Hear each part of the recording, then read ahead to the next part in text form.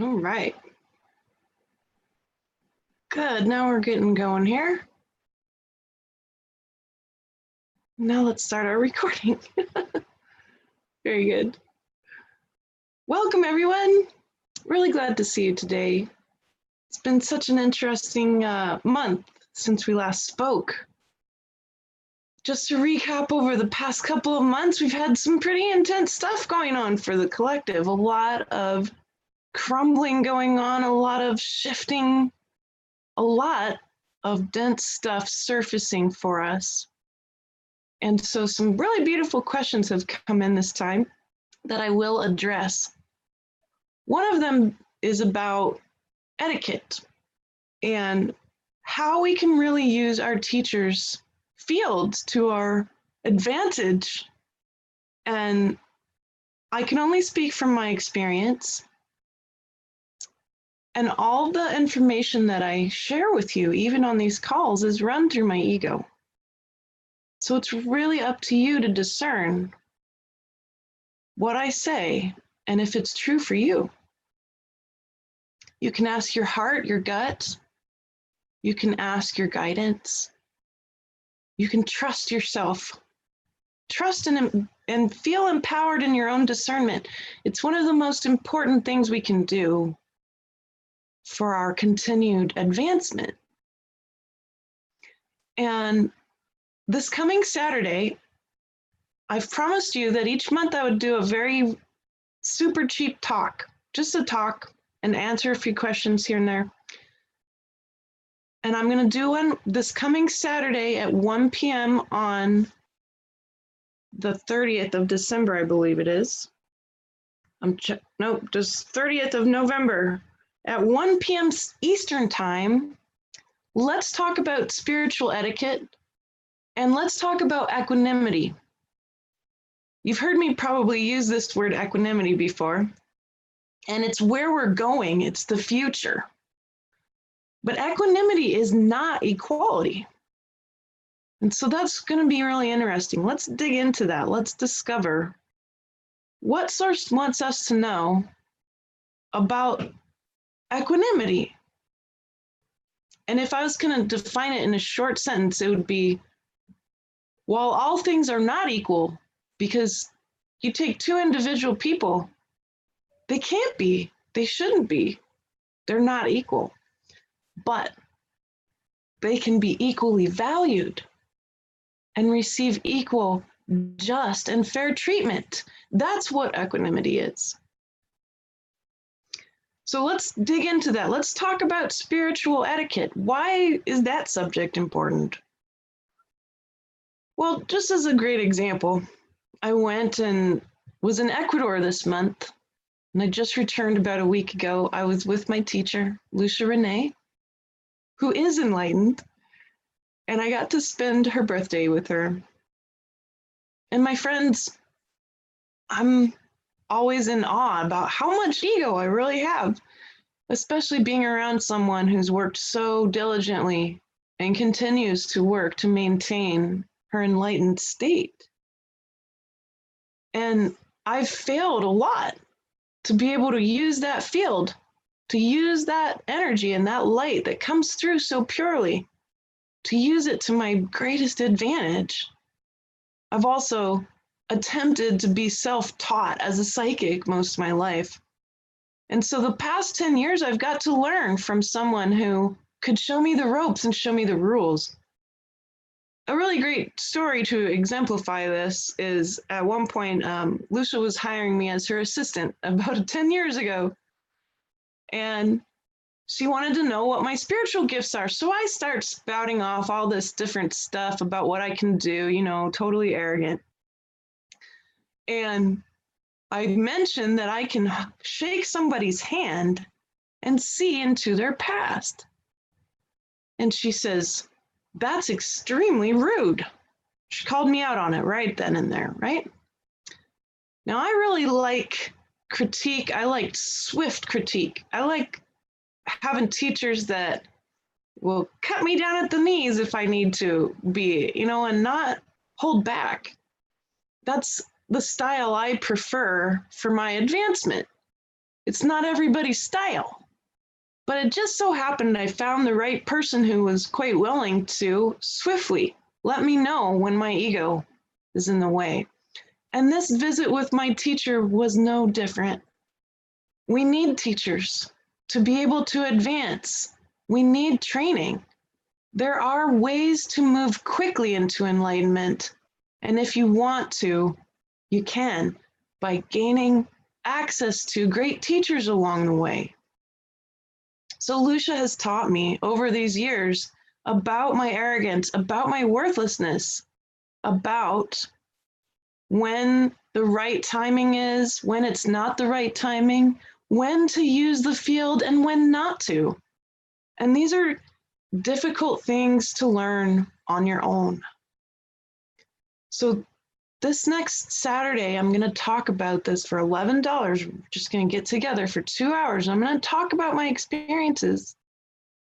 And that's all I can really speak to is my own experiences. But that's just going to help us to help each other. The whole point being that with great kindness, radical kindness, with supreme gentleness, with universal compassion, we can teach each other about how to continue to navigate consciousness. That's why this is important and why it's been brought up. I'm open to other topics. We're going to do this monthly for as long as I can to talk about lots of topics. Many topics have come through. Topics around implants, lineage stuff, demonic things, all those things we can talk about. But let's start with spiritual etiquette and equanimity. What we need to do and what the future will look like when we do it right, when we do it for each other. So that's something I noticed because during my teacher's birthday, I was able to receive so much, but I also failed to receive at times that I could have. I also was in the place, in the wrong place at the wrong time as well in certain cases. So how do we know all of that? Let's learn from my own failures if that works for you. And of course, remember, all of that gets run through my ego. And so it's important to recognize that. Very good. So as we move forward in consciousness right now, I want to talk about how to prepare for the solstice, because we're going to meet after the solstice. The next circle call, let me see my calendar here. The next circle call is on December 29th. So we're going to meet after solstice, and I'm sure we'll have lots to share at that point. But in the meantime, I want to help you prepare for this most auspicious alignment. And why is it so important? Every time a solstice and equinox comes around, the earth has certain alignments that she can be empowered by. It's like lots of gears coming in all at once into alignment and then a door being able to be opened. Some people like to call them portals. Nonetheless, something happens every time this occurs for the earth. She ends up raising her frequency to very, very high states, even if it's temporary. She raises this frequency. Now, what happens when frequency is raised that high very quickly in one day? Well, imagine our bodies, our DNA, our experiences, our spiritual selves, our light bodies, all of that is just part of this big sandbox of consciousness made of lots of particles of consciousness. And the dense stuff, the particles that got glommed together, that's trauma, right? That's trauma, that's consciousness under pressure, that's ego, it's structure. All that structure, just like a sandbox being shook up like this, right? All that structure comes to the surface. That's what's been going on the past few months. And it ramps up like a giant wave to greet us at these particular times when the wave comes crashing down upon us. and it makes all that stuff rise to the surface. So what can you do to prepare for that? Because it can be very deep, profound, challenging time, as the past few months have been. Well, first, we really need to understand that the reason why any of us came to the earth in the first place is to advance our souls. And we don't advance when it's easy. We advance when the challenges, the right exact challenge that has greeted you today, yesterday, throughout your whole life, every one of those challenges have been the perfect exact challenge that your soul needed to advance. Even the worst of the worst stuff. We merge with those difficult, challenging energies each time we welcome them. We welcome the wall in front of us. Hello, wall. Let me get to know you. Let me understand every brick of you. Let me love you.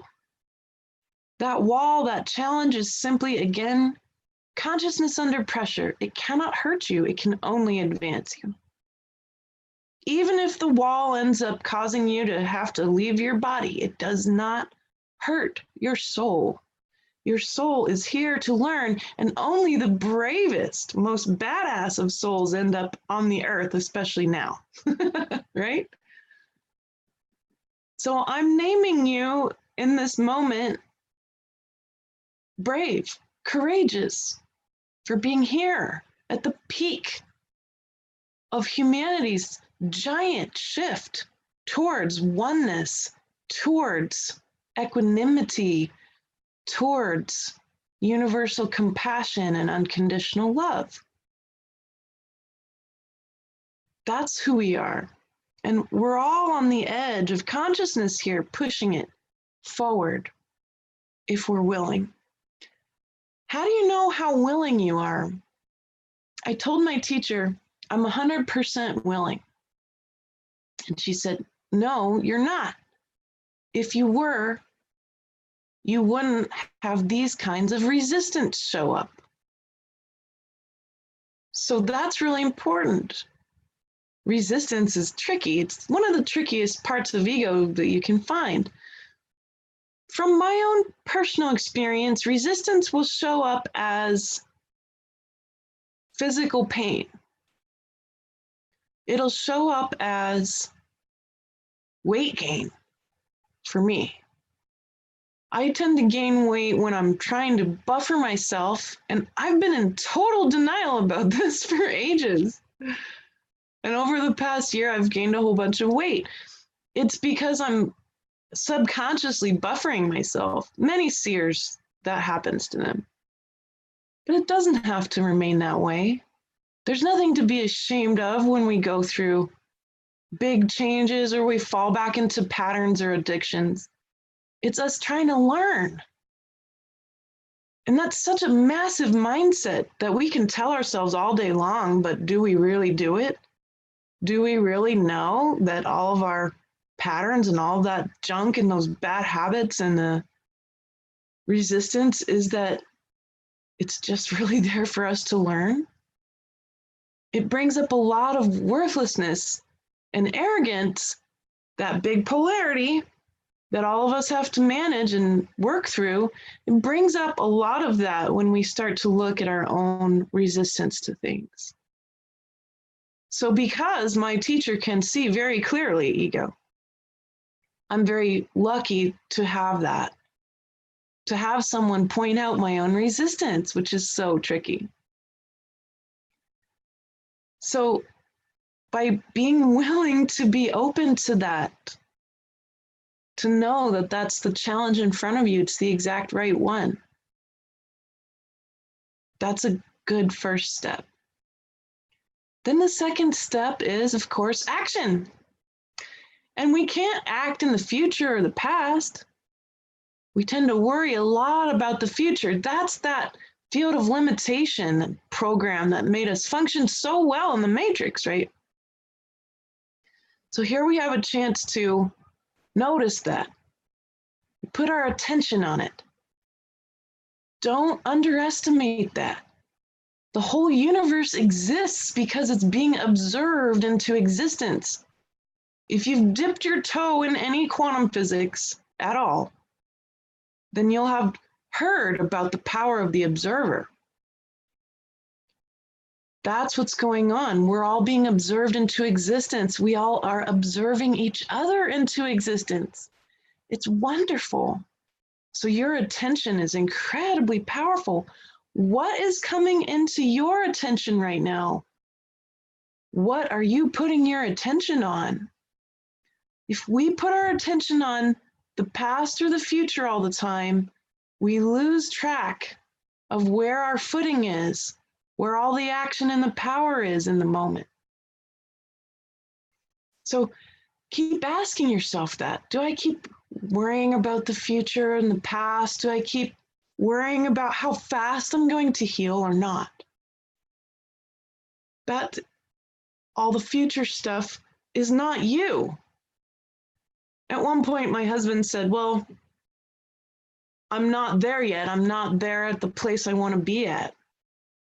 And I said, what happened? You can't celebrate something you're not there.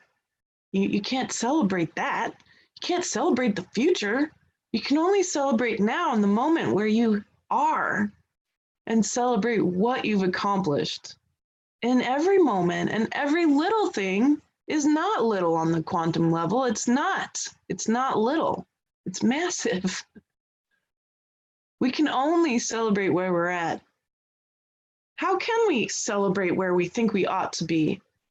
It's not a bad thing to consider where we want to be, but by putting all of our attention on that, we're going to fall off the cliff because we won't be paying attention to where our feet are in the moment. So that's the second step. Pay very close attention to the moment and what it's offering you. What is in your attention? Where do you have your attention focused? How willing are you is the third piece. How willing are you? Ask yourself that every day. How willing am I? Willingness is going to help a lot of that resistance come to light. How willing am I to really make those big changes I keep talking about? To actually listen to all those classes I've collected? Or to actually make those physical moves I intend for myself? Everything from getting rid of the junk in your house to finally ending that difficult and painful relationship that you've suffered in. No, it's not easy. It's not supposed to be on this planet. You didn't come here to make baby steps in your spiritual development. You came here to make massive, massive steps, giant ones that are all made of baby steps. But it's not just a handful of baby steps. It's every day. It's thousands and thousands and thousands of hours of you being human. This is where souls come to advance faster. Then the next step, selfless service. Someone very lovely emailed me earlier and said, I'm called to silence. I'm called to silence. I'm called to solitude. How can I help the world while being in silence and solitude? You can indeed do much selfless service in silence, solitude, with people, with animals, with nature, or not. I'd like to point out that the sun is silent, the sun is in solitude. At least it's silent to us. Technically, all the spheres make sounds, but the sun is silent, it's in solitude, yet it radiates pure, incredible light. It radiates so much light that we barely even notice anymore the cycles of day and night because they've been so ingrained in our reality. Isn't that where we all want to be at? Everything is so light that we get used to it. How cool. That's what you can do. You can selflessly work on your ego, recognizing it. Notice your judgments, your reactions, your triggers. Notice your expectations, your attachments, especially to outcomes. Notice your resistance. Welcome it fully in your body. Find it in your body. Your emotional body is there to help you to do that. And it's unique. Use your emotions to guide you. Find it in your body. Welcome it there. It's through the emotional body that we can dissolve that dense consciousness under pressure, which is the ego. And then we make more room for more pure radiant light. And that pure radiant light moves all through human consciousness because you're a human. It moves all through nature because you're of the earth. It moves through to support Gaia because you're a child of Gaia. You're a child of this planet. So you can, of course, selflessly radiate that light. Be a vessel, a conduit for whatever light wants to come through each day. Ask, dear Earth, dear Source, show me what kind of light you want me to radiate that will be most helpful to the planet and the people right now. Ask for that. You can do it in solitude. You can do it while you're in a group. You can do it while shopping at the grocery store. You can do it with the animals or the plants. You are a light generator. That's one of the selfless ways we can act. But there's other selfless things to be done. If you want true abundance in your life, volunteer. Show up and rock some babies coming down off of drugs. Show up and wash the feet of the elders who have had no one visit them in years. Show up and feed the homeless. Show up and listen to a vet. Show up and help the animals. Clean up their poop. Take them for walks. Pet them. Love them. Show up and help the plants. Show up and pick up some trash at your local park. Safely, of course. Show up. Show up. If we keep showing up, we keep giving selflessly, that's that flow of abundance that will keep moving. You make room to receive things you never even imagined. If you feel like you're in lack, show up. Show up without expectation. Show up without attachments to outcomes. If you're looking for work, if you're looking for more money to come into your life, show up. Show up, and if you're not sure who you're supposed to help, then walk around your town. Walk around your town and ask Source to show you. Show you who needs you. Who needs you? So many beings need you. They need you. Now, let's say you can't. You can't necessarily go and do that. Maybe you're sick. Maybe you're ill or you're bedridden. There's so much you can do. Put your mind and your consciousness out there and ask Source, ask Gaia, show me who needs blessings. You can bless people from your chair. You can bless people from your bed. Consider who needs blessings. Who needs the light the most? I can think of some amazing souls who certainly need a whole lot of light, the elite, those that are continuing to work for the dense darkness.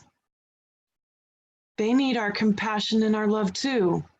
If they're going to transform, we must be merciful. We must bless their souls. We must pray for them. If we're going to end darkness here on this planet, end the imbalance of darkness here. We have to merge with it. We have to go into it and love it the whole way through. Because love dissolves consciousness under pressure. So this is something that we can all do, no matter what state you're in. If you're conscious, if you're listening, you can do this. And of course, let's talk about lineage stuff. Let's talk about genetic trauma and buildup. Let's talk about soul level trauma and buildup. Two different things, right? We have our genetic lineage in our embodiments, in our DNA. It's a very specific lineage. It's 500,000 years of information, all built up to make a completely individual being such as you. There is no one like you in this universe. And this is physics. So then, of course, we have the soul history. Again, completely, totally unique. No one has my soul history. No one has yours. But yet two different things that intersect to create this experience. Mine as Elizabeth, you as your own, right? So what do? We've got two different lineages to clean up. It's a lot of work being human. But that's the job. We came here because we're strong, because we're badass souls who want to advance and get our soul muscles going here, right? So you got to chip away at the ego, at the pain, at the grief, at the trauma that's written in your DNA. It's epigenetics, science. But you have the ability to shift this with positive affirmations, with heart commands, asking density to shift out of yourself and all of your lineage and replacing it with light and formlessness. Over and over and over again. It's 500,000-year-old archaeological site, your body is, your DNA is. It requires a lot of effort. It requires daily effort. So does meditation. So does eating well. So does, for example, like in my case, moving more and not sitting so much so that I can begin to bring in more light into my body instead of buffering myself from everything, right? It requires daily effort to do this, chipping away at the beautiful sight that you are. Now, what about the soul part? Well, the soul part is interesting because all of us have had lives of light and lives of darkness, lives of formlessness, lives of density, because the soul is here to learn and to truly understand the light. We do have to spend many lifetimes in dark. We do. So again, I can only speak from my own experience. But on this past trip, I was able to merge with one of my most painful, darkest lives that I had, my last life. That's tortured me my whole life. Knowing what I did and having that loom over me all the time, even as a child. But it's gone. The torture is gone because I was able to welcome it so fully. Merge with it. We welcome all the knowing, all the drama and trauma, and we give it to the heart of the Divine Mother. She's the one coming this solstice. That's who we're preparing to meet, is the Divine Mother. We're all her children. She's rung the dinner bell. It's time to come home into her heart, where all things will be brought into equanimity through unconditional love. Unconditional love is not soft and fluffy. It's hardcore. It cuts to the marrow. of who we are. In the Divine Mother's arms, we find Source. It's a road. It's a road to Source. It's a road to light. It's a road to freedom. She opens the door for every dark lifetime we've ever had, and all the light ones as well, to be held as children. Children of equanimity, of equal value, of equal treatment, because there are no conditions to that love. Divine Masculine has visited us already and given us incredible mercy. Divine Masculine asked us to shift our armor and be open to this next level of love. And so Divine Father has been here holding us for the past couple of years, giving us mercy, giving us a chance to awaken. And now comes Mother. And Mother wants us to finish this game, this playing field of good and evil, to finish it, to be done with the structures on this planet that are not in harmony with Mother Earth, our physical mother. This is not easy. And I keep saying that because I want it to sink in. It's not supposed to be easy.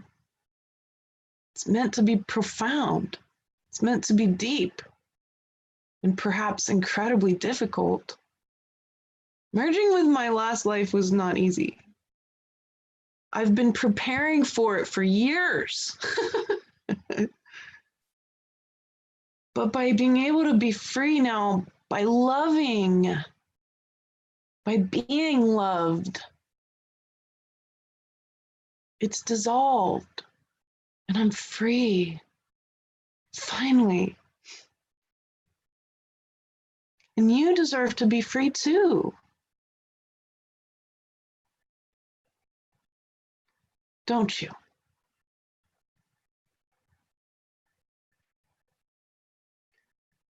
So here we are. Let's look a little closer at some of the questions that have been coming up.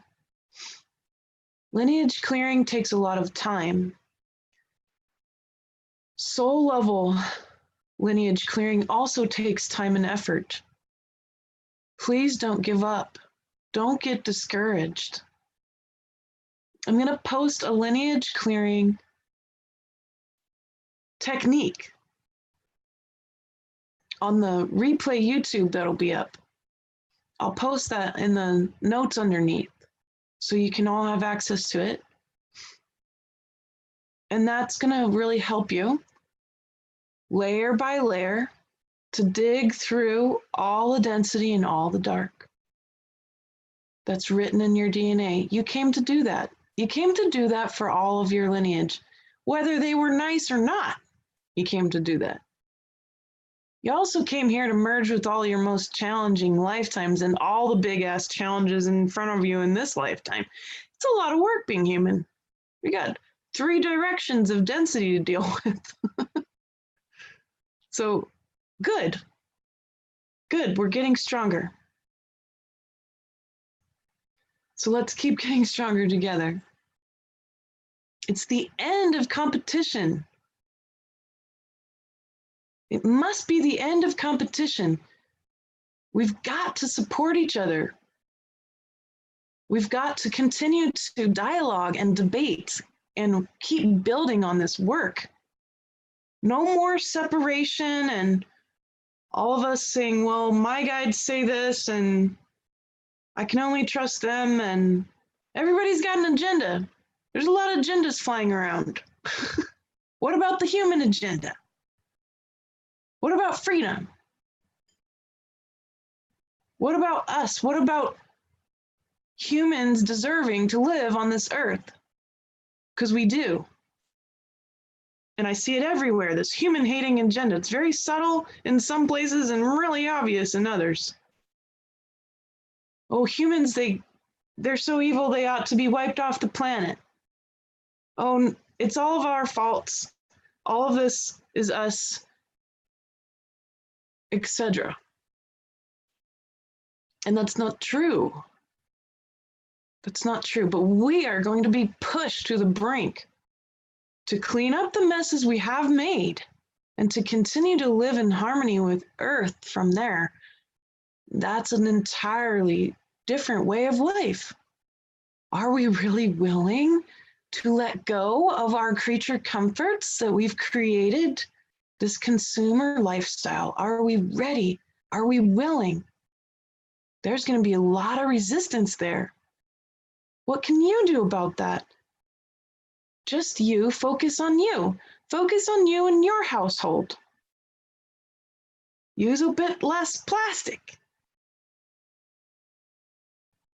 Shift from toxic cleaning stuff to essential oils. Whatever you can do. Baby stuff doesn't look like baby steps on the quantum. It looks like big, massive steps.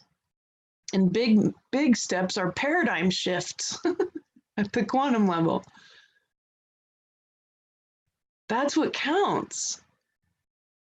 Every little blessing you put, every little action, every thought, it counts. Everything you can imagine for yourself, it counts. It's real. It's available. We're really unbrainwashing ourselves and deprogramming ourselves immensely. Especially right now, being awakened. All of you are awake. Thank goodness. Wonderful. We're going to make it. I will say so until the very, very last thread of hope that we will make it. We will make it to equanimity. We will make it to have an equal seat at the galactic table and have a voice about what happens to us and our bodies and our special DNA. We deserve to have a say. To end demonic oppression so all the angels can go home. Because that's what they want. If you're not sure, ask them. They just want to go home. If we can help end all of that by being so full of radiant love that there is no food for the demonic to consume, that's how we'll end it. Not by running around chopping demon heads off like I used to. That doesn't work. It just makes us the enemy that we didn't want to be. What works is radiating love. Can we really look at the darkest people and the darkest entities that are all just really dense, consciousness under pressure, and say, I love you? That's the challenge. Love dissolves everything because that's what the universe is made of. That's what it's here to answer. You can use it as a grand, great creative force, a force that will unravel all that density. It always wins because it's all made of that same love, and you're just drawing out the light that's in that dense darkness. You're drawing it out. You know it's there. So you're drawing it out. That's the secret to ending oppression. Good. So let's look at some questions here. I'm going on to my little chat first. And I'm coming back up here to the top. And so I'm just checking out what people have written. Okay, so Daki's mentioning there's this news about discovering this fifth force of nature. Yes, I've seen that. Thank you. Be careful. A lot of information, especially in science, and around cosmology is very distracting. And right now, the community in science who's taking this fifth force of nature piece and trying to run with it, they're trying to support their ideas around dark matter. And dark matter does not exist. It's a very big distraction. Dark matter does not exist. All of the mathematics for cosmology that has been put out there to say that dark matter exists can be completely blown apart by adding a couple of tweaks to all that math, including torque and things like that. So without getting too heady, this is my personal opinion. Dark matter does not exist. Any of the scientific community trying to push that is a big distraction. Just like you'll see a lot, and I do, a lot of different articles regularly coming out saying, oh, we're probably alone in the universe. You know, if there's life on other planets, probably just microbes. Or if we meet, you know, an alien, they're probably going to be mean. You know, we've been brainwashed to believe that. I mean, look at any of the movies we've seen over the past 20 years about aliens. What percentage of them is about nice aliens? Not many, right? So even in the science world, there's a lot of distraction going on from the truth. And this fourth force, of nature is very interesting. I don't have any opinion built up over it because it's pretty fresh and I need to go read the actual scientific articles, which are a little hard to find. So if I build an opinion, it's not going to be on tabloids. It's going to be literally reading that cosmology article that they ought to put out. It needs to be peer reviewed, and then I'll be able to have an opinion. And that's how we should decide scientific ideas. It's easy to look at what news is coming up on Google or whatever. It's harder to actually read those articles and make sense of them, the proper scientific published articles. But if you do try to, you'll find that you're a lot smarter than you thought. And it'll help you to form a really good quality scientific opinion on stuff. So there's my opinion. I don't have one yet, but I do have a strong one that is not, I don't believe at all that dark matter exists. All right, very good. And so Carrie's asking about how to use heart commands with physical illness or beliefs about the ability to heal and the emotional, spiritual aspects of illness. Very important because, of course, all of us, we come across illness. It may not look like it right now, but I am actually sick. I'm sick with a cold, but I also have other illnesses that are genetic that are not obvious. So most things that cause illness always have a spiritual emotional connection. This is well established in science. And as for the spiritual part, well, all of us are spiritual scientists, so we're trying to build that body of work to say, hey, you know, genetic trauma that's happened for a long time causes gene mutations. We've been saying that for a long time, and guess what? Now the scientific community has said that's true.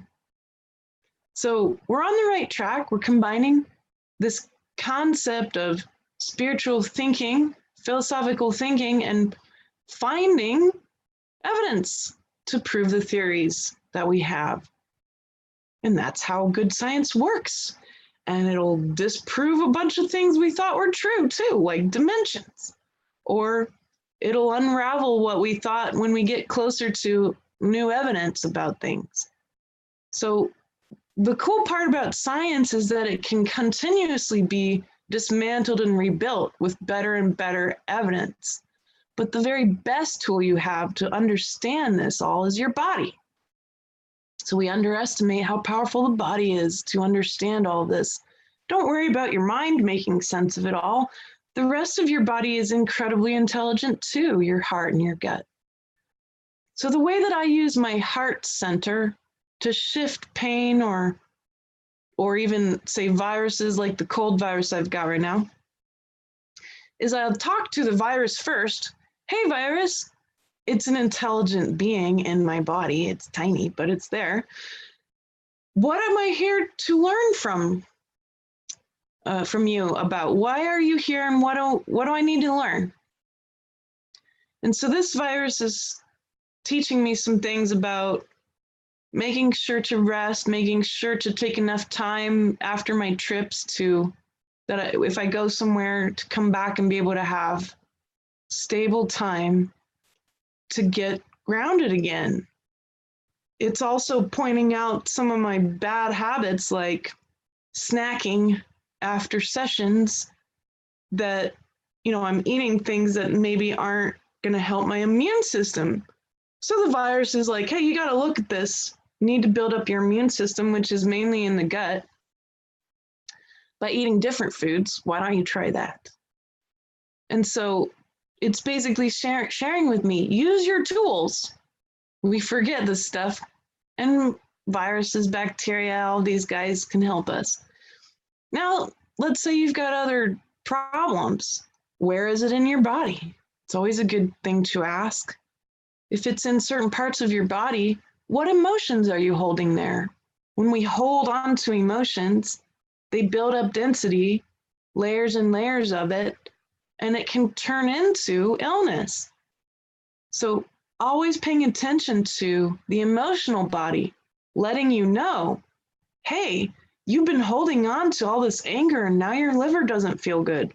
You've been holding on to all this sexual abuse and now your root doesn't feel good and you keep getting UTIs. Or you've been holding on to grief and now you've got this arthritis showing up, or stress and now you've got rheumatoid arthritis showing up, or whatever. And for me, holding on to guilt and grief around my past lives, for example, has built up into my experience, but it's also been expressed through my genetics as Ehlers-Danlos syndrome.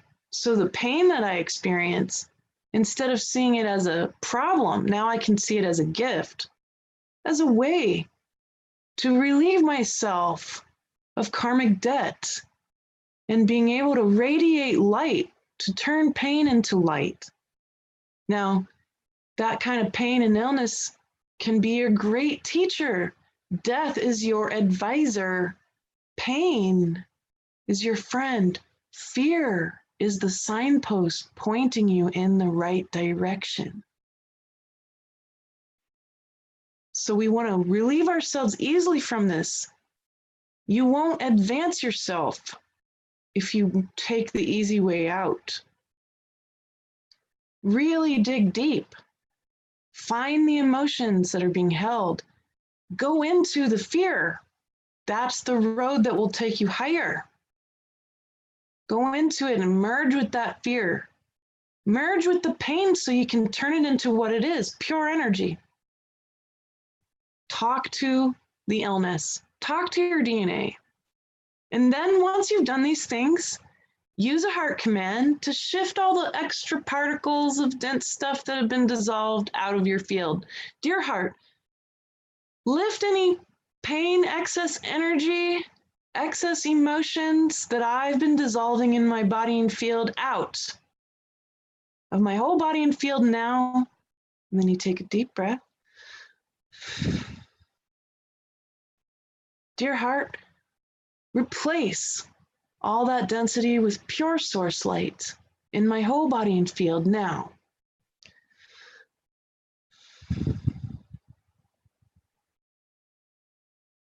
Good. That's how you do it. Go in, you dig deep. you end up with a pile of dust because you just dug through all the dense stuff and all the information. And what do you do with the dust? Give it back to source so it can be remade into other things. I hope that helps, Carrie. I realize it's a little bit of a long explanation.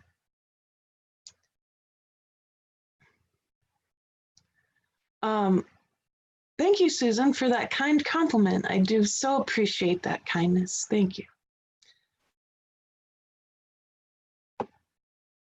So, I don't see the exact name, but Ari or someone with that first part of the name says, I was wondering if when you said that we are not equal, do you really mean we are not the same?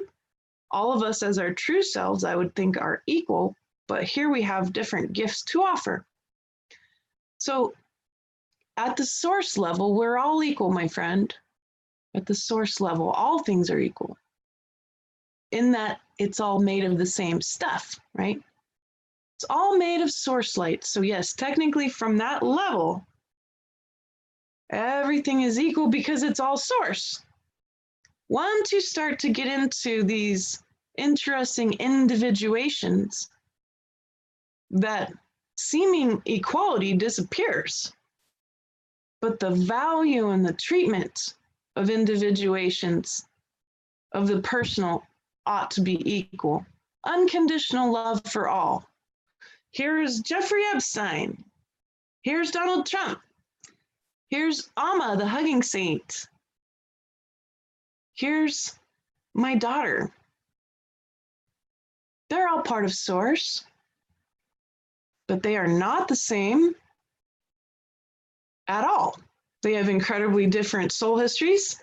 They have incredibly different roles they've played on this planet. They have incredibly different genetic bodies and DNA structure and you name it. And yet, they all deserve the same treatment. Unconditional love, universal compassion, radical kindness. They all deserve it. Why? Why? Because of that source part. They're all made of source. And the more that we become source, again, that's enlightenment. When you are fully functioning from source, knowing now that you are source so fully and entirely, and that everyone else around you is also source so fully and entirely, that's when equanimity gets played out. You treat all beings and all individuations of consciousness with equal treatment and love, even though it might seem like Jeffrey Epstein is different than you. That's the illusion. So hopefully that helps explain it a little more. We're going to dig a lot deeper this coming Saturday. Come join me. So it's more than just different gifts. I realize it's a challenge because we're all told constantly equal, equal, equal, but that's not exactly what equanimity is. It's an academic thing that we're really being asked to dig into. And I think it's beautiful to support individual uniqueness through equal treatment, through equal love. And that's what is on the table at the moment to look at. So Suzanne says, resistance is there for us to learn. I want to get to 100% willing. I know I'm very close, but I have a little left, and this little bit is powerful. That's right. You're on the right track. Don't give up on that. Yeah, and so that's true about the past and future. There really isn't any, and there aren't timelines. It's more like an ocean. I think Joe mentioned that. So it's an ocean, and if you're interested in that, look in the future. This next year, I'm going to be publishing a lot of books, and one of them is going to be about time, among other subjects. But to really get a final grasp on spiritual and quantum physics understanding of time and combine the two, think of time as an ocean. There really isn't any past or future. It's all available, yeah. But we're taught early on that there is, and that's the illusion. That's a That's a field of limitation. It's a program. Time doesn't really exist like that. It's all in the moment. It's all available. All of your past lives and all their learning is available. All of your ancestors' information and learning is available. All of the future is available. It's available. It is, right? So this can be special because it helps us to really enjoy the moment. Okay, so Suzanne says, love dissolves lack of consciousness. I bless everyone in almost every communication and interaction, especially online, in person, and through my heart and my higher self communications, to work on things at another level that can't easily be worked on in the 3D because of karmic energy, or they just still aren't embodied at this time. Chip away at the pain, the trauma, the grief in our DNA with heart commands and other self-clearings and affirmations. It does require that daily effort. And love, just as, we love our bodies. Give it all to the Divine Mother. This is what's coming. And here, this is what we're preparing for. To love the very worst of the situations and the worst people. That's what we're all being challenged to do right now, exactly. And we do this to the benefit of our mastery through a lot of oppression in our lives and in Suzanne's life over many years, especially in the past 3 months. Laura is saying, you've said and others as well that Earth is a kind of refuge planet. There are many races here that had to seek refuge from disaster on other planets. Where are they? Do we see them? Below ground? If there are actually other races, I assume they can't interbreed with humans unless DNA hybrids have been made.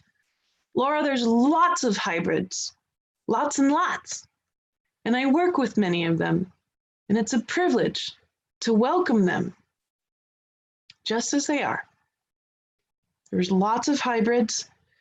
Some of those races were here for a temporary time and then left. Others merged with, through DNA and genetic work, merged with human DNA so that they could continue to be here either because they loved it here or because they wanted to leave behind their DNA.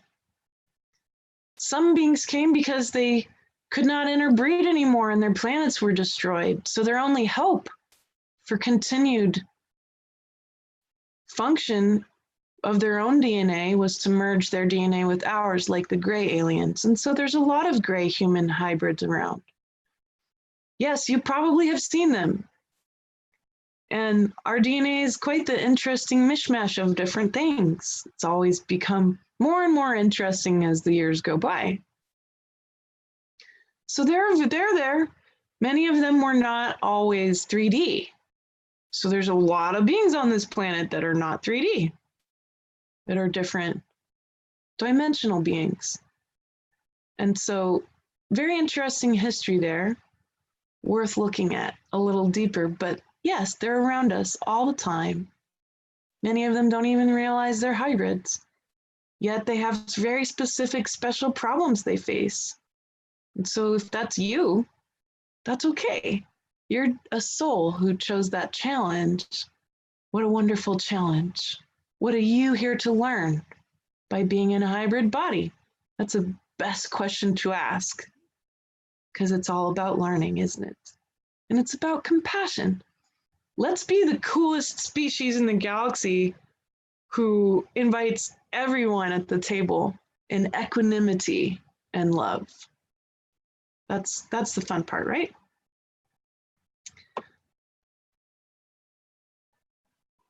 So Karina's asking, can you remind me, do we set aside special time through the day to process the emotions, or do we do it as it arises? I'm finding myself exhausted from processing when it arises. Both. And if you're exhausted, Karina, take a break. Take a break. Processing is a way of life and eventually becomes really just part of your everyday existence, like breathing.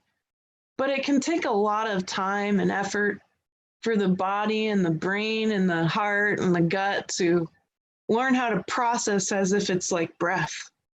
So you're training your embodiment to do this for you. And for now, if you're tired, just like any muscle, right? You got to take a break.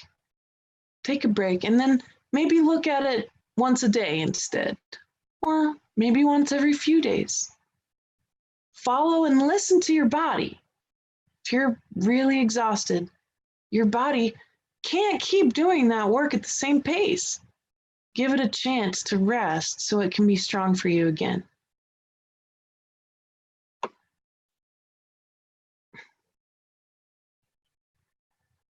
So Joe has had some interesting things happen. He just had recent cataract surgery. His vision has been restored to 20/20. He no longer has to strain to see physically, so his third eye has opened up fully and he can start to see the dimensions. Congratulations. There's no separation in dimensions seeing this way. Exactly, there's not. You're right. I've opened to those things that I have had resistance to seeing before. And here's just the start of your ride, Joe. It's going to get weirder and weirder. Some quick advice. Many of you are going to experience more and more third eye opening over the next year. I'm already seeing it in many of my clients. This is good, but you're going to see a lot of stuff. 99% of it you will not understand or know. Be okay with that. I've had to learn over many, many years now, with my third eye being open my whole life, seeing all of what Joe is talking about and more, realizing that, wow, there is no possible way for me to really know and understand everything I see. If it is for me to understand, then I will be led to it fully and I will understand it because Source will require it. It will be in your field to be understood. In the meantime, you can still zoom around the universe and not have to know everything, which is a great relief. So don't expect that you're going to know and understand most of what you see. That's not the point. If it is meant for you to know and understand, it will remain in your field and you will get to know it and you will understand it. So for those of you who are watching your third eye unfold, I hope that will help you not to feel too confused about many of the wondrous, strange things you're probably going to come across. So Suzanne's reminding me that she's highlighting what I've been saying for those who can't follow it very well, or maybe they can't hear. And thank you, Suzanne. I'll try to remember that. I do appreciate you doing that. Someone with an NA name is asking, Natalia, will we see an extension of the lifespan in the near future? If you are doing emotional processing and you're chipping away at all of that trauma in your lineage, and you're working diligently to merge with each challenge so it doesn't turn into trauma, and you're working diligently to heal and merge with all of your traumatized soul level lifetimes, then yes, we will be able to see more of that. We need more people doing it. It will affect the consciousness of humanity and help us live longer lives. But that's what it's going to take.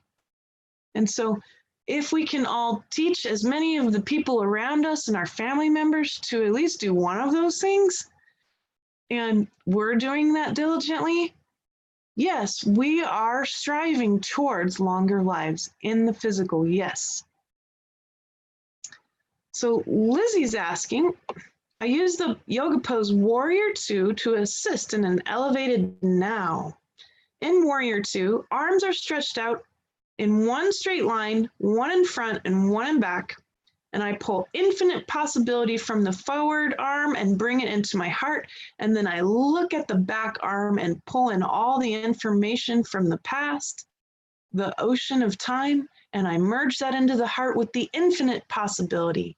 And then I ask the infinite possibility to merge with the knowledge to allow me to choose the best, most elevated now moments.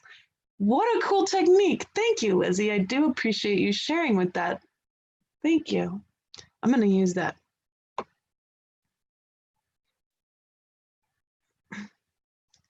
So Karen says, let's talk about the blue spheres and the Middle Earth folk, some of whom are 20 million years old. So the blue spheres, I started seeing the blue spheres in 2009. There was this big sort of moratorium on the earth where a lot of beings who kind of hang out and watch, they weren't really allowed to come down to the planet and interact with us. And this moratorium was put there by the angelic. 2012 happened, 2009 happened, and then over those next 3 years towards 2012, all these beings started showing up.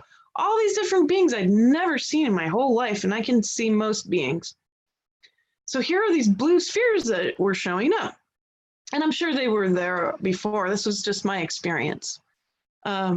And so what I've discovered is that they were 10th dimensional and a bit challenging to communicate with because such a different dimension, right? Again, not exactly, the dimensions aren't exactly compartmentalized at all, but they're just at a different frequency. So here I'm interacting with these spheres and they had no sense of time at all. And why would you when you're that close to source? And so they've been, of course, here to help us, as so many of those beings are. Many different beings from these different frequencies are available just to support humanity in their freedom. So yes, these are real beings. They're technically multidimensional aliens, not from Earth. I don't know about Middle Earth beings. I know that there are a lot of places to live underneath the Earth's mantle, and there's a lot of water down there. So certainly it makes sense that there would be life down there. Whether or not that life is humanoid and has been here for longer than us, it's hard to say.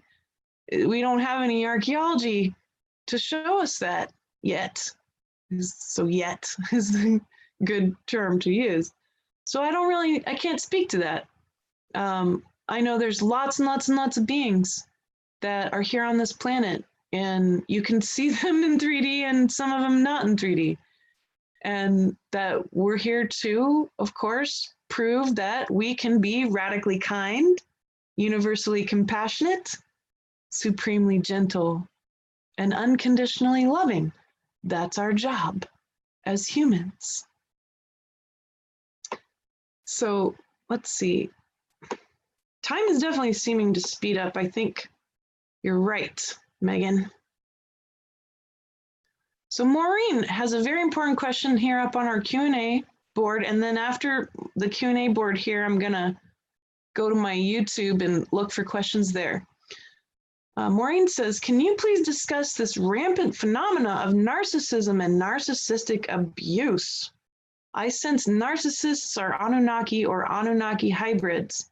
I feel this is part of an accelerated awakening and liberation in the form of hybrids bringing reptilian DNA to light and humans getting too sick and tired of being sick and tired. What's your sense?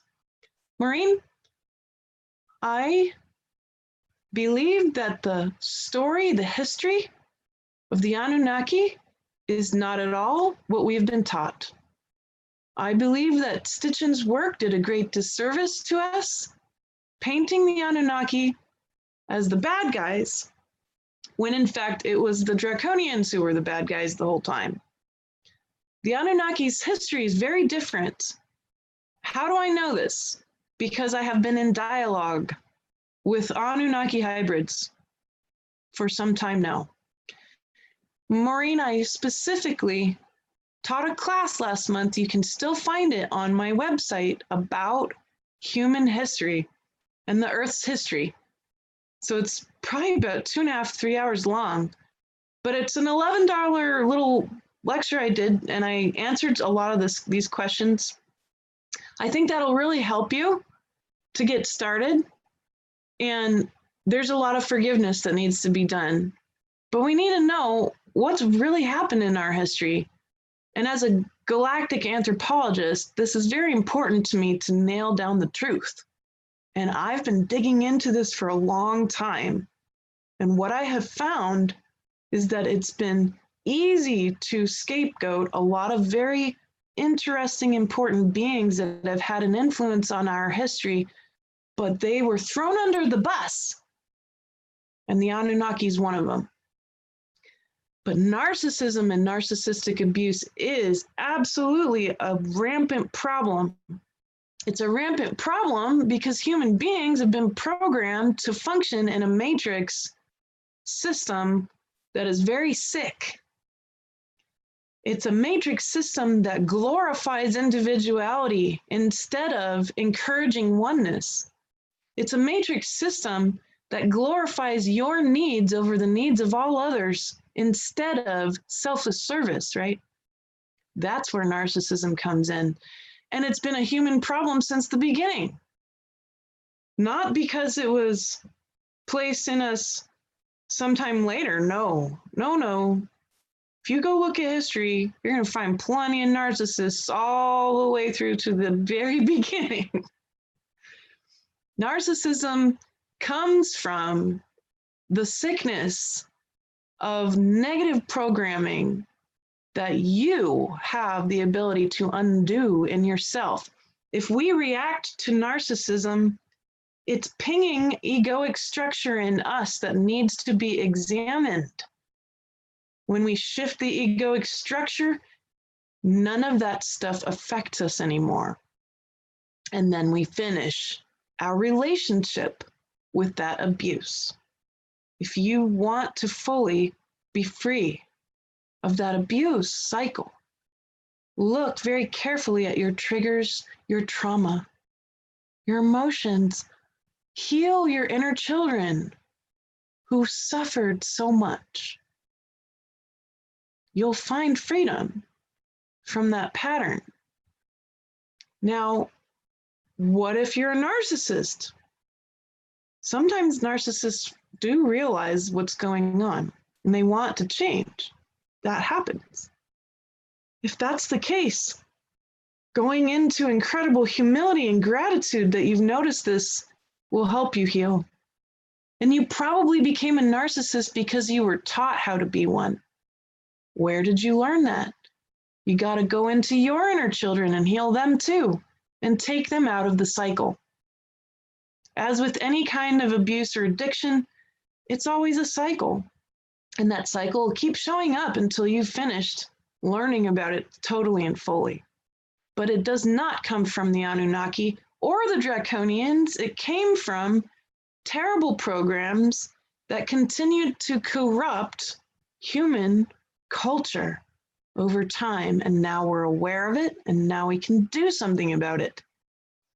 So I've written on this subject very deeply, and how to get free of those programs. Please look for those things over this next year. I'm publishing a lot of books about these exact subjects, and I want to help you be free of the narcissistic abuse cycle. And so, you know, the Draconians, they're not even from this galaxy, but they still require compassion. It's really hard to do that, but that's the challenge, isn't it? So eventually we're going to get real about their influence on our history and be finished with that relationship, just like we would in our own microcosm of our lifetime, right? And so deep forgiveness, compassion, love, all of these things end power over, and that's what we're searching for. Sophia wants to know how to cut the cord. So it depends on the cord. And you can't cut cords until you've fully learned what you need to learn from them. When did the cord exist? What door opened for that to exist? Why did you open that door? What are you meant to learn from the cord? What are you meant to learn from the attachment or the pain or the suffering or the joy that it incurred? Why did you welcome a cord in? You must understand those things first before you can cut any cords. Then you'll find once you understand those things fully and you've merged with it, the cord itself disappears. It's not like some easy, perfect snip. You'll just end up getting another cord just like it. In fact, many people do. They'll think that they've cut a cord and then they get into another situation or relationship where the cord will show up again. That means they hadn't learned what they needed to learn. Do that work first and you'll find freedom. So, Anastasia, my friend, I can't answer specific personal questions in our community call, but I can during group calls. So if you've got some time for some group calls, which are more affordable than the one-on-ones, please come join me and I'll help you with your healing journey. Doing personal seeings on a public platform is very dangerous and it's not comfortable because you never know what's going to come up. You don't want any of your laundry laid out for everybody to see. So that's why I don't do personal readings on our community call, okay? So Moria says, I've had a rough couple of weeks. I've made intense comments being made with intense covert hostility. Have been trying to make me think I'm crazy and don't belong and am not wanted, like gaslighting, it sounds like. I don't seem able when it's happening to think of a way to handle it, but I fall into this negative mental chatter. What do you suggest that might help me be willing and able to handle it when it's happening instead of allowing it to affect you so much? This is coming from this beautiful person who's a collective empath. Many of you are collective empaths. You can feel the collective. You can feel the covert negativity all over the place. You're deeply affected by it. When it's happening, it seems chaotic at first, and then it eventually will be an emotion. But what's happening, Moria, is that the chaos shows up. The covertness is apparent, and that's the first thing you're noticing it. So although it's happening in front of you, then you fall right into it. You're going to want to notice the chaotic nature of it first. How does that feel exactly? That's your clue. Okay, it feels like this. And then you're going to welcome it to leave. So you'll say, hey, whatever you are, you can use my field. Go up, down, or out, wherever you need to go. But you can't stay. Can't stay with me. And so that's how you do it. Notice anything that's uncomfortable. No, you can't stay. Sorry, go ahead. I give you permission to use my field to shift. And all of you empaths out there, stop trying to identify this stuff. That's not the job. The job is for you to let this stuff move through your field because you're a big hurricane. You need an eye of the storm. Your personal field, the eye of the storm. Nothing gets to come in there without your permission. Now this goes for the happy stuff too. Oh, joy, you can go. It's got to use your field to go somewhere. That's what the job of the empath is. So the minute you're even aware of chaos, discomfort, whatever it is, oh, there you are, go ahead. Use my field, out you go. You don't get to come in and stay close to me. Try that and see how that works for you, Moria. Kathy wants to know, what is source? So source is actually a lot of things. It's mathematical. We can mathematically see very clearly that there is a source field. You'll hear me call it the source field. It's math. Everything is one. What is it one with? Well, there is this intelligence at the source field. And what I see personally, this is my experience, when I see the source field, I see pure, pure light. And this light is really smart.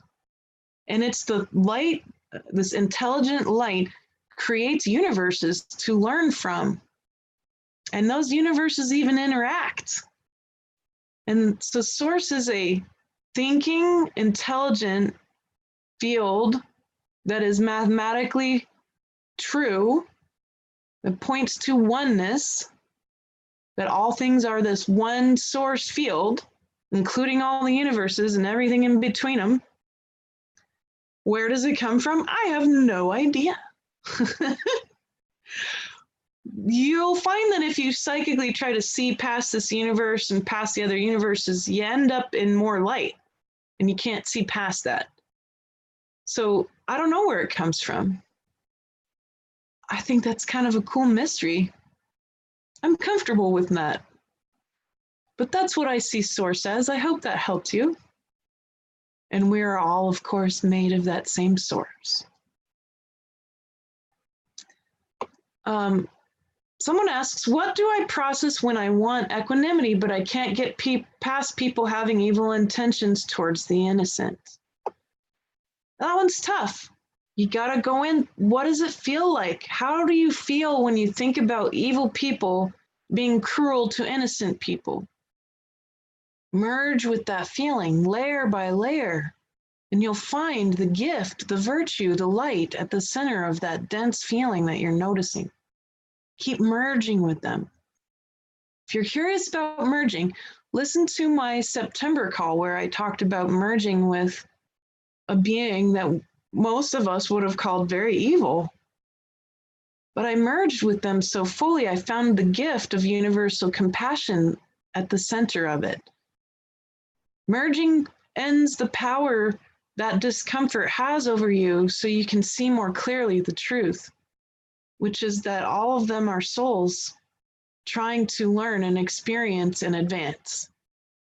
And then we continue to become one with them more and more and more.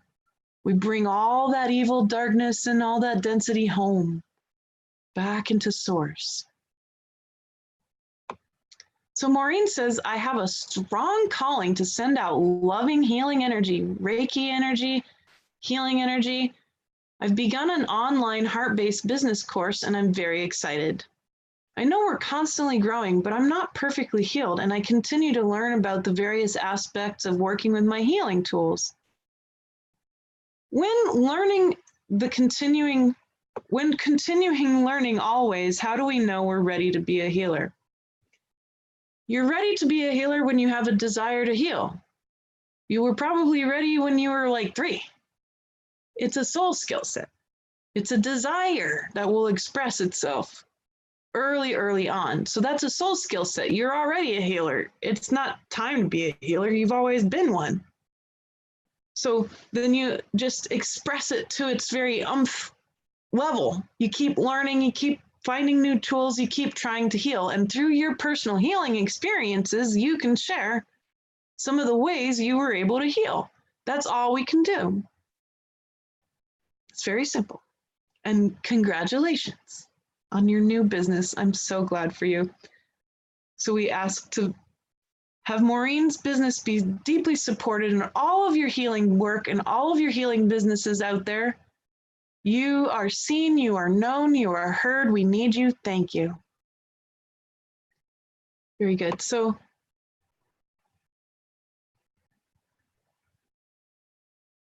Moria was pointing out that Tom Kenyon actually had this experience getting pulled down into the earth and seeing lots of beings in the layers as he went down, and that it felt really familiar to her. So that might be a good place to learn about beings in the earth. I'm not a good source of that. I'm rather a bit of a different source of information, and this is the beauty of it all, right? So Haman asks, how can one learn techniques from powerful magicians that don't necessarily walk the light path without losing oneself to the dark side? Carlos Castaneda or Aleister Crowley, or should one strictly absorb teachings from light bringers only? Seems when magic is involved, there's a lot of gray areas. I have a good answer for you. Come join me this Saturday. I'm going to talk about that, okay? It's in our spiritual etiquette class. We're going to talk about that. And I'll specifically address that in that class. I was already intending to. So that'll save us some time, but I hope that you'll come join me, my friend. I have a lot to say about that and far too much to say currently on our call. And so let's see. I think, Megan, you were asking about merging with narcissism. We merge with the pain, right? So narcissism is just a frequency that causes pain. We merge with the pain, and then eventually you'll find it's easier to have compassion for narcissism, but you're not really necessarily going to merge with narcissism itself unless you're really ready for that totally and truly. You need to work with the pain first, and then you can start to merge with narcissism as a frequency. And if you're in a narcissistic state, you're going to have to start the other way around, merging with narcissism and then merging with the pain you've caused others, which is why a lot of narcissists don't end up succeeding shifting narcissism, because eventually they have to merge with all the pain they've caused. And that's very difficult to do. Very good. Okay, so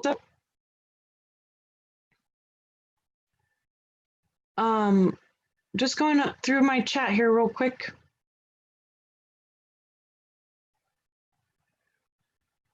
Lynn says, I find very much of your talk today connects with what I've been discovering lately. The removing, replacing work, the heart commands really works. Thank you for your sharing. I'm so glad. Very good, Lynn. Very glad to hear it.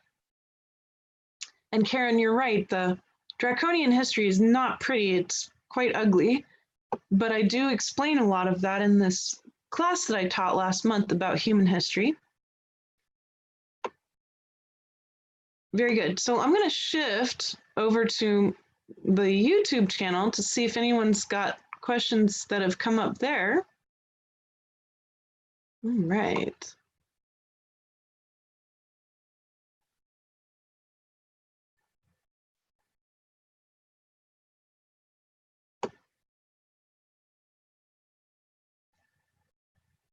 Shannon says, I've been with flu-like symptoms with no medical indications to feel this way, and I normally hear a specific high frequency, which has increased to an even higher one. It's debilitating. Any advice? Sharon, I think a lot of people are going through this, so I'm going to answer it as a general question. If you feel these like ups and downs and flu-like symptoms that come and go, that's yeast. Yeast is totally rampant. Here we have this huge population of people who weren't breastfed. So most of them probably had thrush as babies, which is yeast, and it creates these roots in your gut. And just like mushrooms, they're going to bloom and die. When they die, they release toxins, and it feels like the flu. So go into a no sugar diet, only fruit as your sugar. Low, simple carb diet. Make sure you're doing the cleansing that works for you. Some people are okay with diatomaceous earth, but don't take it forever. Take it for like a week or two. Just like you might treat your animals, deworming your animals in the spring and the fall, humans need deworming too. I deworm my whole family every year with diatomaceous earth, and my whole farm, all my animals get it for 1 week. And then we rebuild our gut flora with lots of roughage and lots of fermented foods. And with that, then the yeast doesn't have any sugar to cling on to. That's what feeds the yeast. So those flu-like symptoms coming and going, that's a sign of that yeast. And yeast causes really foggy mind and exhaustion and a lot of different problems. And most people tend to have this yeast issue, candida. So really worth bringing back in what the ancient humans used to do, which is consuming diatomaceous earth and or clays, though DE works better. My favorite brand is on Amazon and other places. It's called Lumino, Lumino, very pure DE.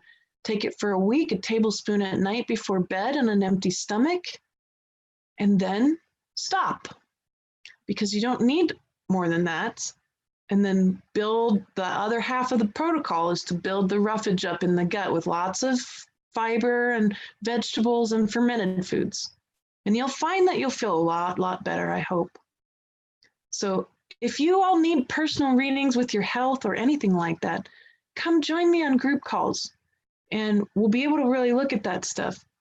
And if you can't find any room, don't worry.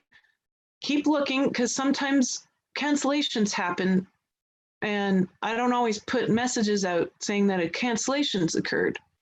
So keep looking. I'm going to try to add more in as soon as I can. And then we'll be able to take a good quality look in a group call or a one-on-one if you like. So it's up to you. And I hope that will help you, my friend. All right, my friends. So we need to go ahead and start building our pillar of light. And so I'm very excited about that. And so I want to make sure I got all the most intense questions. Someone wanted me to comment on the human clone situation.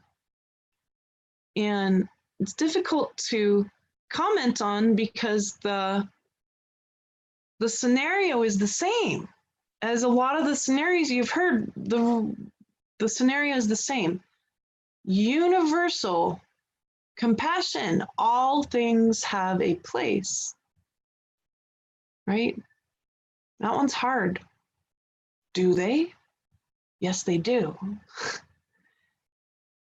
Even the clones, even the hybrids, even the draconians, they all have their place, my friends. Unconditional love, no conditions.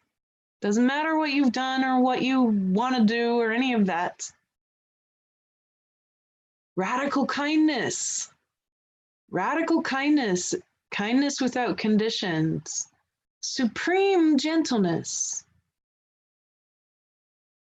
No reactions in supreme gentleness. Only the gentle, divine love of Source.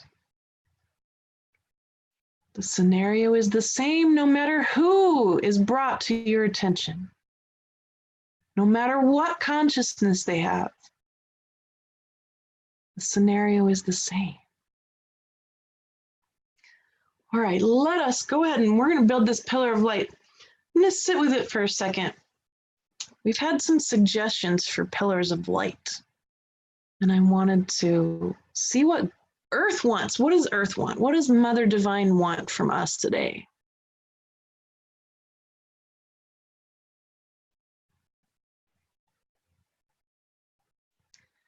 Well, I see this incredible stillness, this stillness. It's interesting because if you're looking at the planet Earth with me psychically, I want you to zoom in really, really deep into the core of the Earth. And it's a big spinning core, but there's a 0 point. There's a 0 point at the very center of this giant core. And this is where the soul of the Earth comes in. It's the entry point for any of us. So our bodies are mimicking the Earth. There's a 0 point in the heart space where the soul comes through. And this is something that we can tap into. And what she's showing me is that she would like us to build a pillar of light that will help us all merge our soul entry points together with the soul entry point of the Earth, this 0 point of the Earth and our species. So every human body then, combining its stillness with the Earth's stillness so it can ignite and light up the grid around the Earth with this incredible oneness and stillness. This is what I'm seeing right now. This is good stuff. Okay, so I'm asking, we're going to build this pillar for that intention so that it will ignite the light of humanity so human beings can be supported in being radiant. And this ends up ending the demonic war if we can achieve this. Now, the pillar of light itself is not going to achieve it. It's going to basically put that information, transmit that information out into humanity as a gift for us, as to something to consider doing, to merge our souls, our still points, our 0 point entry points together with the earth. That will support the end of demonic presence on the planet, because humans, then we won't be giving them any food. That's what's going on. The demons eat fear and pain and all these things. They don't really hate us or love us. They don't have feelings. They are beings of frequency. And so this basically ends the food source for these beings. And that's okay. Then hopefully they can go home with the angels and receive justice and fairness and healing. So that's what we're going to ask for. And who knows what else? What else will happen if humans truly merge their inner true selves with the inner true self of the earth? And we radiate light and love, and those particular frequencies that are, like I said, hardcore, you know, it's not fluffy light and love that I'm talking about. It's a flaming sword you walk into the dark with. It's the sword of discernment. So we can go deeper and deeper into darkness and unravel it and dissolve it. That's what we're trying to do. That's the job. Very good. So I'm asking her where she'd like us to build this.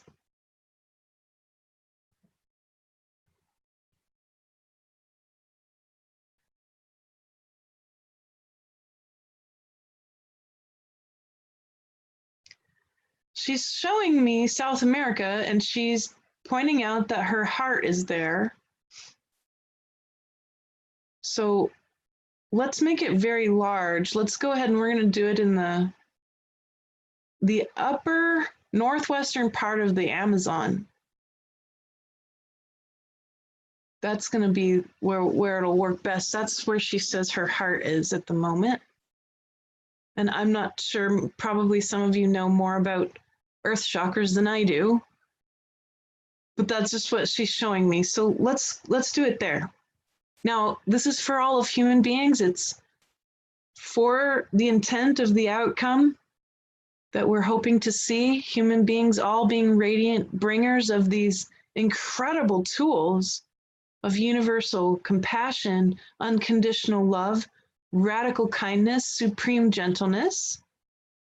These are the gifts we can give to this galaxy as humans, which is very special. And so with that, then ending the power over that the dark has had over our species. That's the intent. And it will radiate and transmit that intent endlessly until it's finished. And that's what's so cool about coming together, and we're building this together. It's a spiritual object that will remain tied to the intention until it's fulfilled. So that will be very beautiful. Very good. Let's do it. All right, so I want us all to imagine together in a big, huge circle. We're imagining each other. Squeeze the hand of your friends around you. Here we are together. Big, massive circle right now with 75 people. Ooh, that's a good one. And all of you who listen to this later, as you take part in this during the recording, you are also adding it in. Remember, there is no past or future. So even if you listen to this a year later, you're still capable of being part of it and adding to it. So we're all together now, right above the northwestern corner of the Amazon. And first, we're going to start with our gut mind. We're going to project this deep intention for the merging of all human souls with the soul of the earth, in order to radiate unconditional love, universal compassion, supreme gentleness, and radical kindness from our gut. Now I want you to project this intention into the center of our circle as the foundation of our pillar with a deep breath.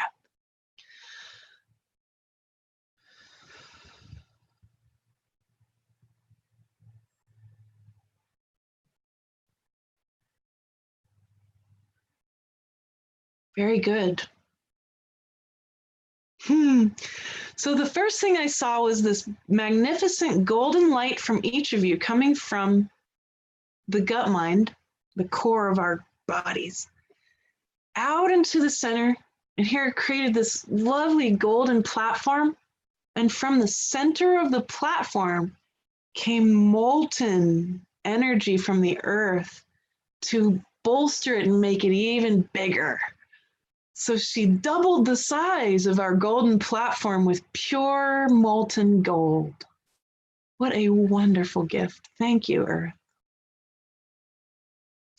Now let's project this same intent from our heart into the center above our platform here of molten gold. We intend, of course, for the same intention through the heart with a deep breath.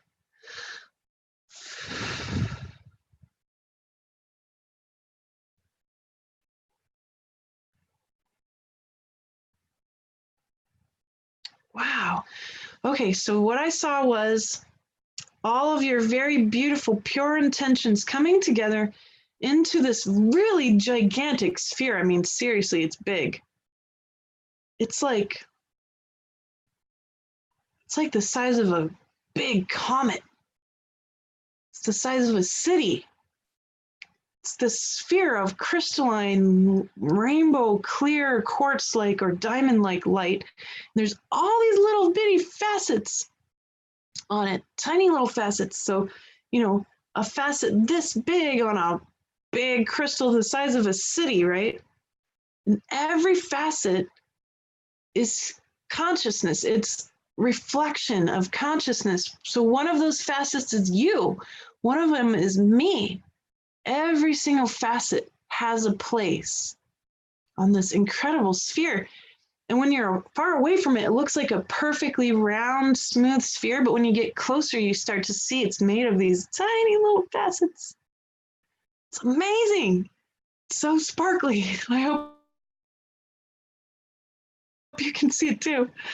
Wow, that's universal compassion there. It says everyone has a place in oneness, no matter what your facet is. There's so much light. Wow, how cool. Oh, I'm so excited. What a wonderful gift we can give. All right, one more piece. We got to project from our brain mind. So from here up, we're projecting the same intent.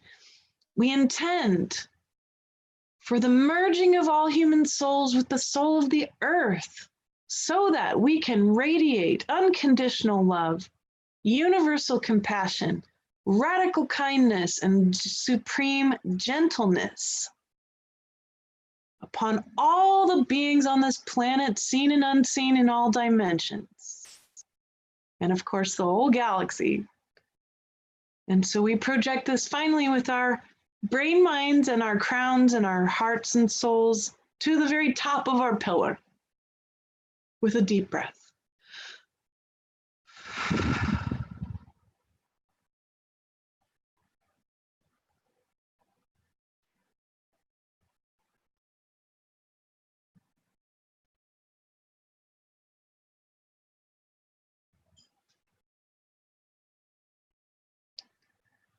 So this has taken a bit of time to create some form here.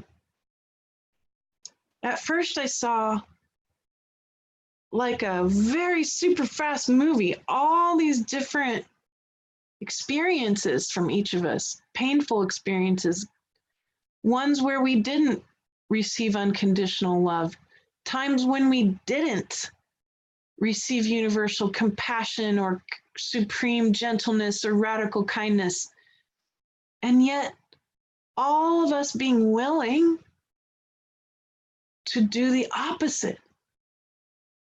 I can see the pain and the experiences that we've all had where we didn't get to receive those things, and you are all welcoming them. Even if it's subconscious, there's a welcoming of it as part of this experience to get to these things we're desiring. So it's all the subconscious pain and trauma shifted out of us, out into the top that says, this is the end of that polarity. It's the end of what I don't want and what I want. I welcome all of that as a challenge that I'm meant to merge with so fully that I can find it for myself. That love, that compassion, that gentleness and kindness. And it's turned into this big, beautiful, living flower. It looks like a big blue lotus. Yet it's alive when you look again. If you go zoom into it, you can see all the experiences playing that everybody's had of when we didn't get to receive these things. And yet we've made something magical out of all of that trauma. That's being human right there. That's why we advance so fast, you all. It's because we're willing. We're willing to go through all of that so we can find it for ourselves in the darkest of the dark. How deeply profound and brave of you to be willing. Let's enjoy this pillar together for a moment. The golden platform, doubled in size by the earth. The incredible diamond sphere of all the facets of our realities, all being made into one with the earth's. And the blooming living flower of all of our challenges, of all of our feeling of lack, of all of our feeling of abandonment, of not being able to receive that love and compassion and gentleness and kindness, all of that being used to transmit something entirely different. And the earth is with us. She's been doing the same thing. She's been merging with every challenge that humanity and all these other beings have put in front of her. She's been doing that too. And we can do it together. We don't have to do it alone. Mother Earth is with us. Let's feel that in our minds, our hearts, and our guts.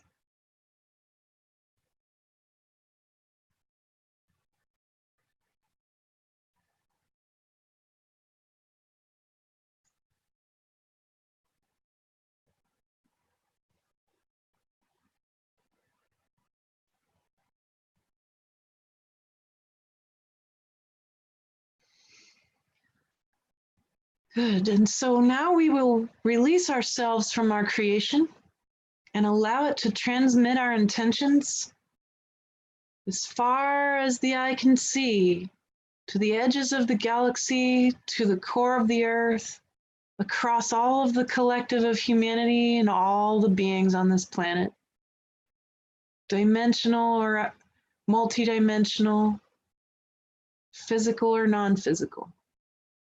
All the particles of consciousness receiving this intent, this merger, this oneness, this recognition of what we're here to do in the moment where all the power is. We release our minds and our third eyes from this that we've created. We release our hearts. We release our guts and our whole bodies and fields so this can exist as it's needed until the intentions are fulfilled indefinitely.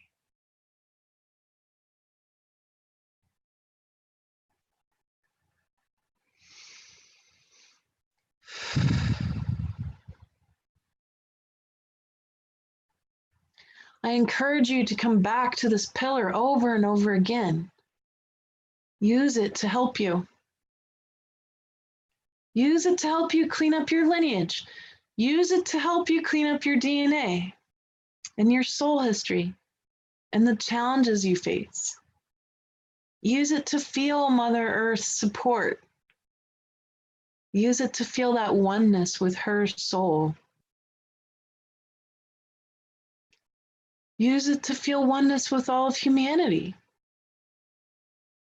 Because we are being asked to do so, to be one, so that we can finally reach our greatest power. Finally radiate pure unconditional love, universal compassion, radical kindness, and supreme gentleness. Very good. I love all of you too. Thank you for loving me and all my ego and all my trauma and all of my goodness and my not so goodness and all my density. I need you, and I know that we're in this together, and I'm so glad. I'm so glad it's you, that we get to do it together. Thank you.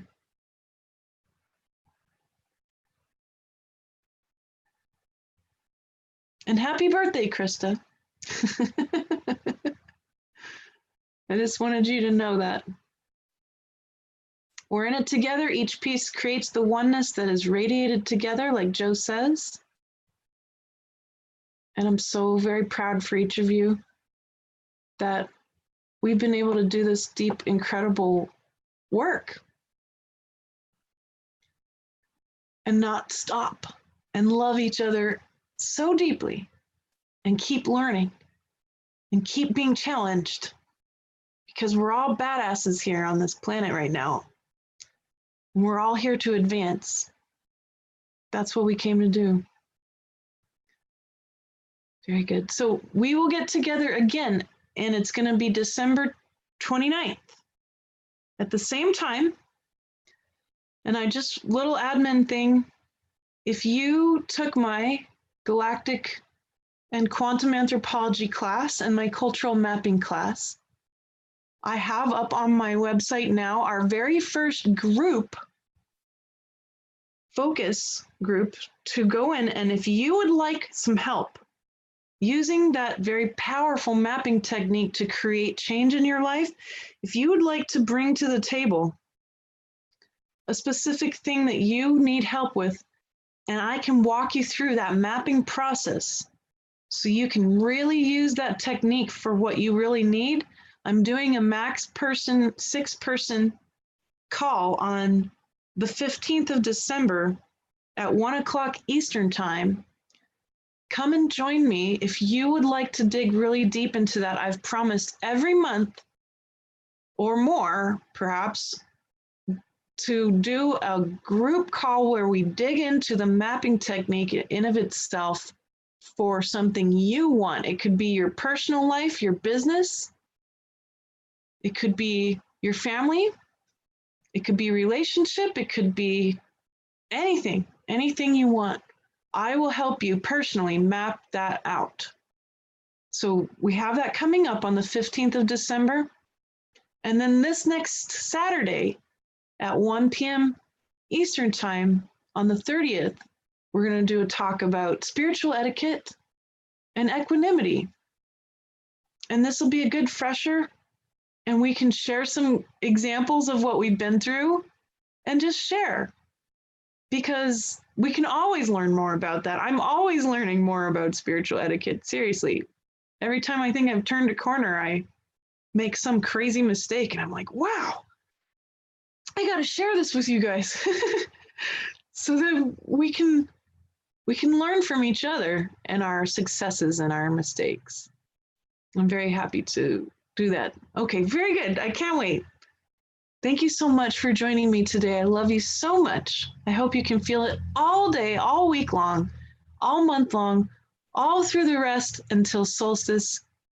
And I will see you at the edge of consciousness on the solstice. Namaste, my friends.